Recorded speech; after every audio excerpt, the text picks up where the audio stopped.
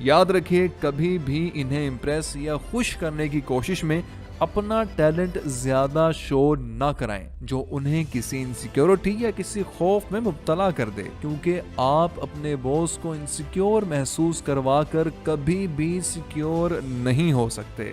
French finance minister Nicholas फौक्योट के बारे में कहा जाता है कि इसने अपने दौरे हुकूमत के इब्तदाई सालों में ही एक खूबसूरत शाम में खुद को किंग ऑफ फ्रांस लुइस 16 से ज्यादा ताकतवर जाहिर करने की गलती की थी। उसे बाकी जिंदगी के दिन जेल में गुजारने पड़े।